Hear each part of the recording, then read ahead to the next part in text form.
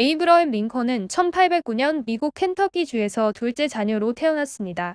링컨이 태어난 지 얼마 지나지 않아 링컨의 가족은 세 번의 파산을 경험한 후 인디애나주로 거처를 옮겼습니다. 링컨의 아버지 토머스는 링컨에게 공부가 아닌 농사와 노동의 길을 강요하며 생계의 짐을 지웠다고 알려져 있는데요.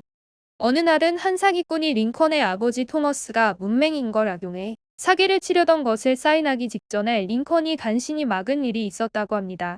뒤늦게 비로소 사기라는 것을 알아차린 아버지가 사기꾼을 쫓아냈고, 이 사건 이후 토머스는 공부의 중요성을 인정하고 아들이 공부하는 것을 허락했다는 이야기가 있습니다. 링컨의 어머니는 독초를 먹은 소의 우유를 먹고 걸리는 밀크병에 걸려 34세에 일찍이 사망하게 됩니다. 이때 링컨의 나이가 9살이었다고 합니다. 하지만 그의 새어머니 사라는 아이들을 따뜻하게 돌보았고 책을 좋아하는 링컨의 편을 들어주었다고 합니다. 덕분에 링컨은 정규교육을 받지 못했음에도 풍부한 학식을 얻을 수 있었다고 합니다. 링컨의 부친 토머스는 배움은 없었지만 말을 재미있게 하는 훌륭한 이야기꾼이었고, 아버지가 들려주는 이야기를 들으며 링컨은 연설을 배울 수 있었습니다. 성인이 된 링컨은 루이지애나로 간 뒤 우체국장, 뱃사공, 측량기사, 프로레슬러, 가게 점원 등 여러 직업을 가지며 갖은 고생을 하다가 사업에도 실패하고 다음해 치른 1832년 일리노이주 의원 선거에서도 13명 중 8위로 낙선하게 됩니다. 1833년에는 관심이 있던 법률을 혼자 공부하여 변호사 자격을 취득하였고 1834년 의원 선거에 재출마해 당선되면서 비로소 정계에 발을 들이게 됩니다.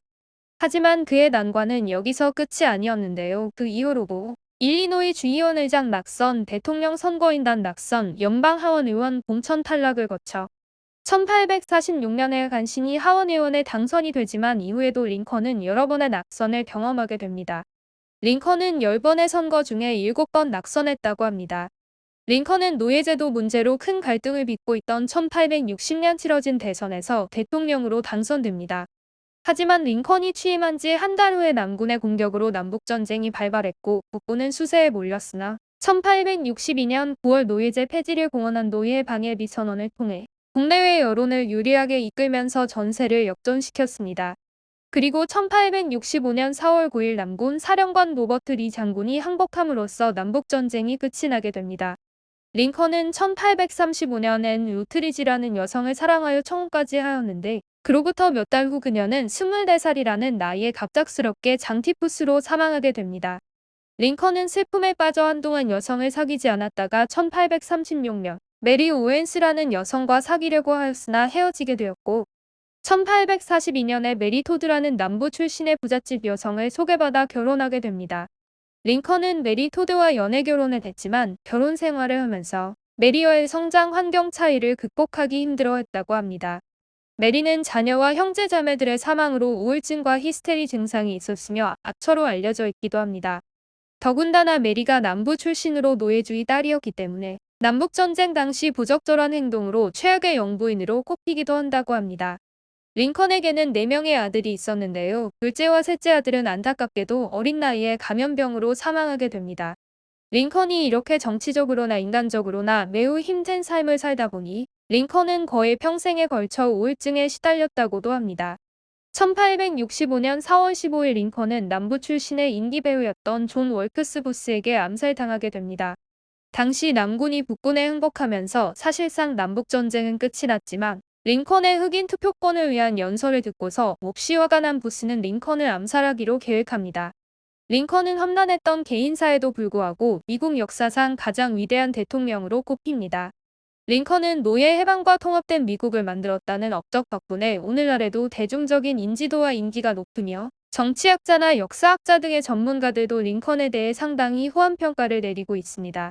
링컨은 역대 대통령 평가나 인기도에서도 언제나 최상위 자리를 지키고 있는데요. 미국뿐만 아니라 해외에서도 가장 유명한 미국의 대통령이자 존경받는 대통령으로 알려져 있습니다. 링컨의 게티스버그 연설은 미국의 전통인 자유주의 곧 자유, 평등, 민주주의에 대한 상징이 되었으며 미국 역사를 통틀어 가장 많이 인용되는 연설로도 손꼽히고 있습니다. 국민에 의한 국민을 위한 통치는 이 땅에서 사라지지 않을 것입니다. Government of the people, by the people, for the people, shall not perish from the earth.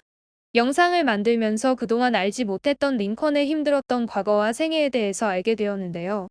결코 쉽지 않은 삶을 살았지만 아이러니하게도 그런 힘든 시간들을 잘 견뎌내고 이겨냈기에 지금 우리가 알고 있는 링컨 대통령이 존재할 수 있었던 게 아닐까 하는 생각이 드네요. 현대를 살아가는 우리에게 링컨처럼 살라고 하면 10명 중 9명은 도망갈 것 같다는 생각이 드는데요. 이런 힘든 삶을 이겨낸 링컨 대통령이 존경스럽다는 생각과 함께 현재에도 많은 교훈을 주고 있다는 생각도 드네요.